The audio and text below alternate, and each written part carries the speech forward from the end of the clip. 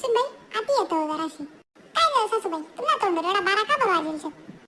अहो तू त्या भांडा कसात त्याचे काही काढी निघताव सगळा भांडासवर निसत्या वगळा असत ना. सांग सकाळ एखादं पाहुणं म्हणे जरा आता त्या भांडासकडे पाहिजे ना वकारे येतील ना. अहो तू नुसता बुचका आसन ठेव चोळत नाही मुळत नाही त्या भांडासले.